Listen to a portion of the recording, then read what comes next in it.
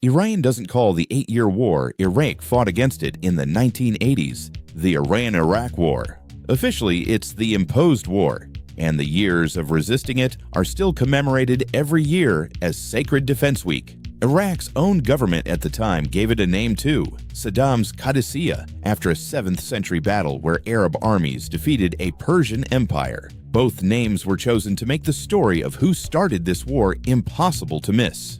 On September 22, 1980, Iraq launched a full-scale invasion of Iran, 1 year after Iran's Islamic Revolution had overthrown the Shah and roughly a decade after both countries had signed a treaty settling their border disputes. The war lasted 8 years and killed an estimated 1 to 2 million people combined, with Iran alone acknowledging close to 300,000 of its own dead. The war is also the clearest case of large-scale chemical weapons use since the First World War.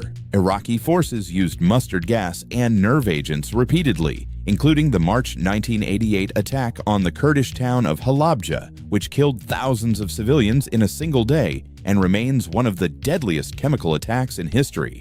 1975, Iraq and Iran signed the Algiers Agreement, settling their border along the Shatt al-Arab waterway. 1979, Iran's revolution topples the Shah and installs Ayatollah Khomeini's Islamic Republic, which begins openly calling for Iraq's own Shia majority to rise up against Saddam Hussein's government.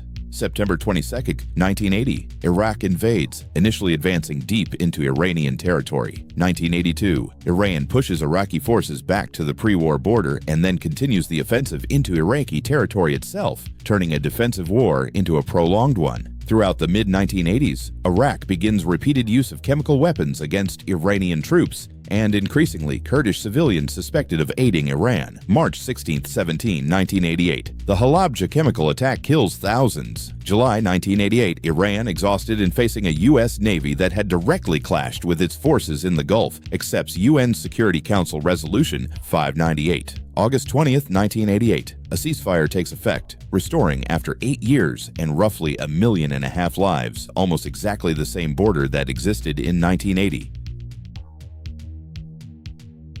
In Iran's own account, this was an unprovoked invasion of a country in revolutionary chaos, launched by a secular Arab nationalist dictator who saw an opportunity to seize Iranian territory and crush the new Islamic Republic before it could consolidate. The name imposed war carries that argument in 2 words. Iran didn't choose this fight. Sacred Defense Week, still commemorated annually, treats the war less as a geopolitical conflict than as a formative national trauma that shaped the Islamic Republic's identity. Young volunteers, chemical weapons survivors, and the war's staggering casualty count are woven into state ceremony as evidence of a nation that endured an existential attack largely alone, without significant international sympathy, while the attacking government used weapons banned by international treaty.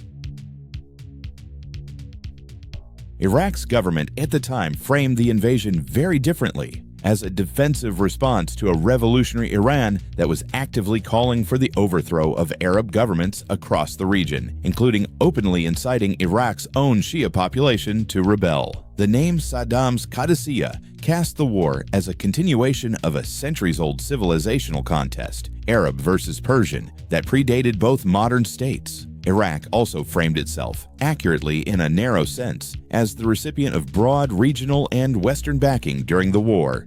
Gulf Arab states, the Soviet Union, and the United States all provided Iraq varying degrees of financial, material, and intelligence support, treating Saddam's Iraq as a necessary check on a revolutionary Iran that unsettled the entire region.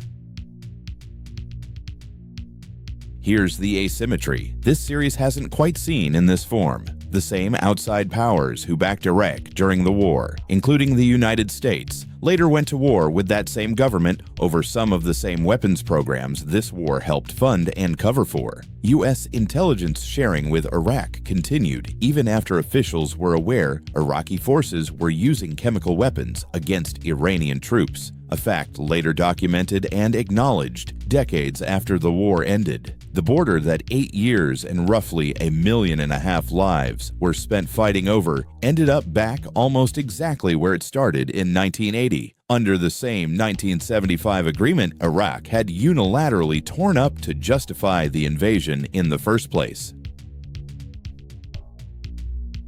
Two names for the same war, imposed war and Saddam's Qadisiyyah, both chosen specifically to make blame legible before a single fact about the fighting gets told. That's not new in this series. What might be new is a war that ended with the map essentially unchanged from where it began, after a cost measured in the low millions, with the international backers on one side later fighting the same government they'd propped up over some of the very same weapons. Maybe that's the addition here. Sometimes a war's outcome isn't a lesson learned by the parties who fought it. It's a bill that gets paid by someone else later in a completely different war.